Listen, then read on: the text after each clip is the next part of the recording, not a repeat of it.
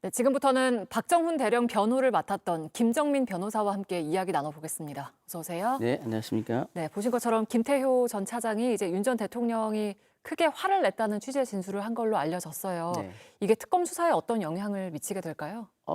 이제 가장 어려웠던 난코스를 돌파한 거죠. 탄력을 받을 거라고 생각합니다. 네, 그 김태효 전 차장의 경로서를 처음으로 인정한 것과 관련해서 혹시 그 박정훈 대령의 입장을 들으신 게 있습니까? 어제 간단히 카톡을 했는데 제가 나쁜 사람들이라고 했더니 그냥 메시지로 긍정적인, 예. 거기에 대해서 별도로 의견을 낼 만한 사안은 아닌 것 같아요. 예. 김 전 차장은 사실은 지금까지는 윤 전 대통령의 경로가 없었다고 주장을 해왔는데 입장을 바꾼 이유는 좀 뭐라고 보세요?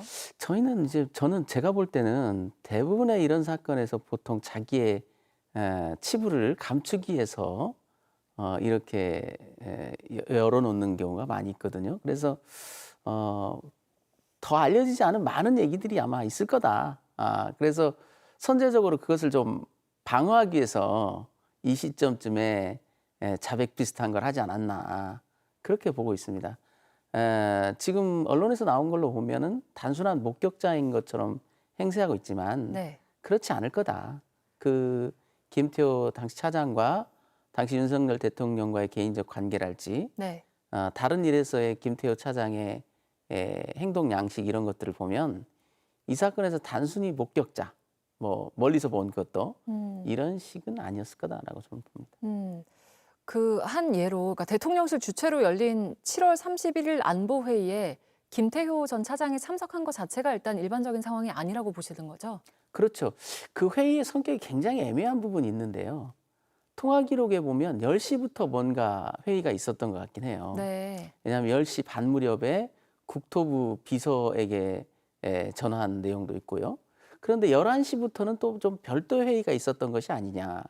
거기 보면 이제 11시 9분에 대통령실 02-800-7070에서 조태영 안보실장한테 전화가 가거든요. 네. 그러고 보면은 회의하고 있는 사람한테 전화한다는 건 좀 우습지 않습니까? 그래서 뭔가 11시부터는 별도의 회의가 이 최상병 관련된 회의가 진행됐고 네. 거기에 조태영 실장이 처음에는 참여하지 않았다가 11시 9분 정도에 콜을 받고 들어간 거 아니냐. 그래서 11시부터의 회의가 수석보좌관 회의와는 좀 성격이 다른 안보실에서 하는 좀 특별한 회의, 사안이 있을 때마다 현안이 있을 때마다 그때그때 하는 부정기적인 회의였던 것 같거든요. 그러면 거기 보면 이제 이 문제는 국방과 관련된 거기 때문에 1차장 관할이 아니란 말이죠. 네. 그런데 1차장이 들어갔다.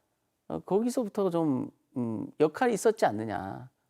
그 김태호 1차장에. 그래서 좀 의심하고 있습니다. 네. 그 7월 31일 회의가 끝난 뒤에 통화 기록도 저희가 한번 살펴볼 텐데요.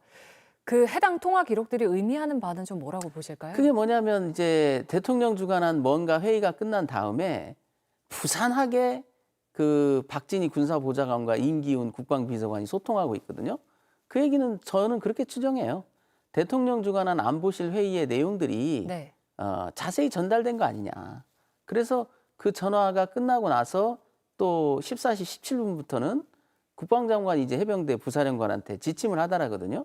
10가지 매우 자세한 지침을 내리는데 그 지침들이 상당 부분 이미 대통령 주관 한 회의에서 윤곽을 갖춘 지시사항 아니겠느냐. 그렇지 않고서야 그 대통령 주관 회의 끝나고 나서 저렇게 부산하게 양측의 실무진들끼리 네. 통화할 리가 없다. 저는 그렇게 보고 있습니다. 네. 그리고 어제 윤석열 전 대통령 자택을 압수수색하는 과정에서 그 개인 휴대전화도 확보가 됐는데 이게 좀 결정적인 단서가 될 수 있을까요? 저는 그렇게 봐요. 왜냐하면 당신은 이 자기들의 이런 행동들이 나중에 드러나서 문제가 될 거라는 인식 자체도 없었어요. 그러니까 이제 계엄 때, 내란 때는 주로 비화폰을 많이 이용했지 않습니까? 네. 이게 최상병 때 자기들이 깨달은 바예요. 일반 폰을 쓰면 안 된다. 그렇기 때문에 최상병 사건 그 무렵에는 경각심이 없었어요. 대통령도 마구 자기 핸드폰에서 국방장관에게 그냥 핸드폰으로 각 개인 폰으로 전화를 해야 됐거든요. 그래서 전 대통령의 핸드폰이 확보됐다면 거기에는 상당한 자료들이 있지 않았을까. 또 윤 대통령 그 스타일이 네. 뭐 그런 건 세세한 건 별로 관심 안 두는 스타일이어서 자기 폰에 대해서 보안 조치를 했을 것 같지도 않아요. 아, 그래요? 예, 그러면 그래서 아마 발견했다면 네.